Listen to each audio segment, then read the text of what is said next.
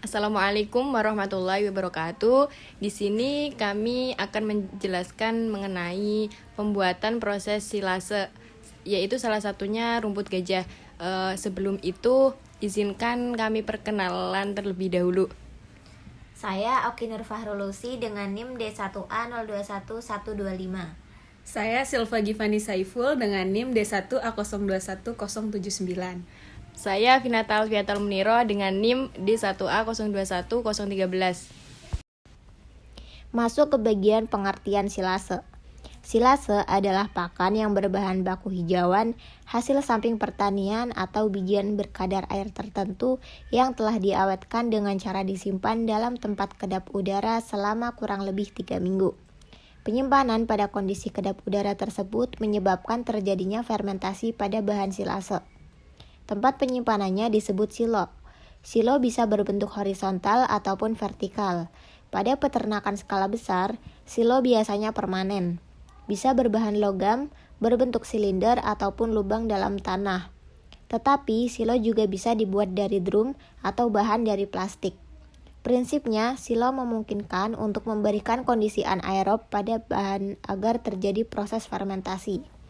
Bahan untuk pembuatan silase bisa berupa hijauan atau bagian-bagian lain dari tumbuhan yang disukai ternak ruminansia, seperti rumput, legum, biji-bijian, tongkol jagung, pucuk tebu, batang nanas, dan lain-lain. Kadar air bahan yang optimal untuk dibuat silase adalah 65-75%. Kadar air tinggi yang menyebabkan pembusukan dan kadar air terlalu rendah sering menyebabkan terbentuknya jamur. Kadar air yang rendah juga meningkatkan suhu silo dan meningkatkan resiko kebakaran. Jika dibandingkan dengan pembuatan hai, pembuatan silase memiliki kelebihan, yaitu yang pertama, hijauan tidak mudah rusak oleh hujan pada waktu dipanen. Yang kedua, tidak banyak daun yang terbuang. Ketiga, silase umumnya lebih mudah dicerna dibandingkan hai. Dan yang keempat, karoten dalam hijauan lebih terjaga dengan dibuat silase dibanding hai. Sedangkan kelemahan pembuatan silase adalah perlunya ongkos panen, perlunya mengisi silo, dan biaya pembuatan silo sebagai tempat penyimpanan. Masuk ke bagian tujuan. Tujuan pembuatan silase adalah untuk mengawetkan hijauan atau bijian yang berlimpah untuk digunakan pada saat kesulitan untuk mendapatkan hijauan tersebut. Di negara yang memiliki 4 musim, silase sangat populer bagi peternak ruminansia karena tanaman hanya berproduksi pada musim tertentu. Jadi, silase bisa menjadi cadangan pakan untuk ternak mereka. Selanjutnya proses ensilase. Proses ensilase yaitu proses selama pembuatan silase. Proses ini memerlukan waktu 2-3 minggu. Setelah suatu produk pertanian dipanen, misalnya rumput dipotong, proses respirasi akan tetap terjadi sampai sel-sel tanaman mati. Respirasi merupakan pengubahan karbohidrat menjadi energi. Maka, apabila berjalan lama akan menurunkan kandungan karbohidrat pakan. Proses respirasi memerlukan oksigen, sehingga untuk menghentikan proses ini dapat dilakukan dengan menempatkan bahan pada kondisi anaerob. Oleh karena itu, kita memapatkan bahan silase dan menutup rapat silo agar proses respirasi tidak berlangsung lama. Setelah respirasi terhenti, proses yang terjadi selanjutnya adalah fermentasi. Proses ini menyebabkan turunnya pH atau derajat keasaman bahan baku silase hingga tidak ada lagi organisme yang bisa tumbuh. Proses fermentasi bisa terjadi karena adanya bakteri pembentuk asam laktat yang mengkonsumsi karbohidrat dan menghasilkan asam laktat. Asam laktat akan terus diproduksi hingga tercapai pH yang rendah atau kurang dari 5 yang tidak memungkinkan bakteri beraktivitas lagi dan tidak ada lagi perubahan. Keadaan inilah yang disebut keadaan terfermentasi, di mana bahan dalam keadaan tetap atau awet. Pada kondisi anaerob, silase dapat disimpan bertahun-tahun. Contoh bakteri asam laktat diantaranya adalah Streptococcus thermophilus, Streptococcus lactis, Lactobacillus lactis, Leuconostoc mesenteroides. Selain bakteri pembentuk asam laktat, dalam bahan baku silase terdapat juga bakteri Clostridia. Bakteri ini mengkonsumsi karbohidrat, protein, dan asam laktat sebagai sumber energi dan memproduksi asam butirat.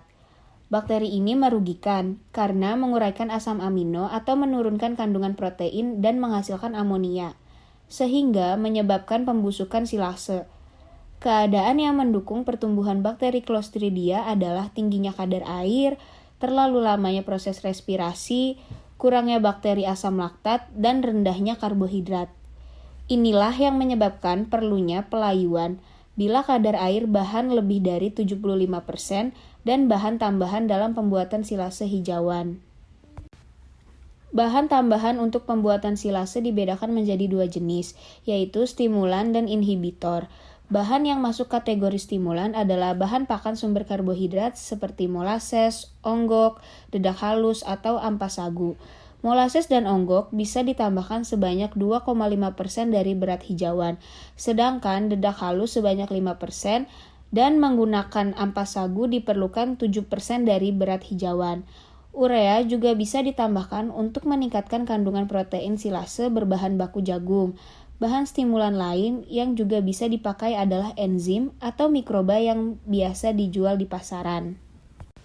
Sedangkan bahan yang masuk kategori inhibitor diantaranya yaitu asam format, asam klorida, antibiotik, asam sulfat, dan formalin. Penambahan inhibitor bermanfaat untuk proses ensilase, tetapi masih asing bagi petani di Indonesia.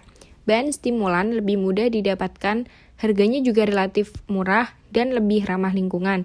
Jadi, prinsip pembuatan silase yang utama yaitu yang pertama, menghentikan pernafasan dan penguapan sel-sel tanaman. Yang kedua, mengubah karbohidrat menjadi asam laktat melalui proses fermentasi kedap udara. Yang ketiga, menahan aktivitas enzim dan bakteri pembusuk. Dan yang keempat, mencapai dan mempercepat keadaan hamba udara atau anaerob. Masuk ke penjelasan kualitas silase. Silase yang baik biasanya berasal dari pemotongan hijauan tepat waktu atau menjelang berbunga. Pemasukan ke dalam silo dilakukan dengan cepat.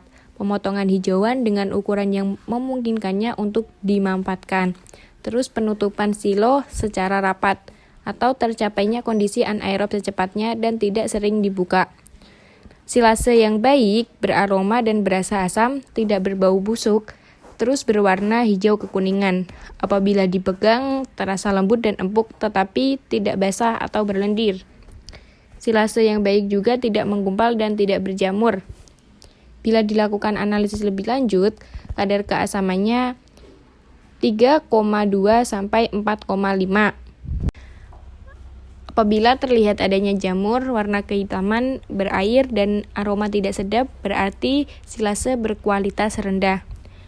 Adapun penggunaan silase bisa digunakan sebagai salah satu atau bisa satu-satunya pakan kasar dalam ransum sapi potong.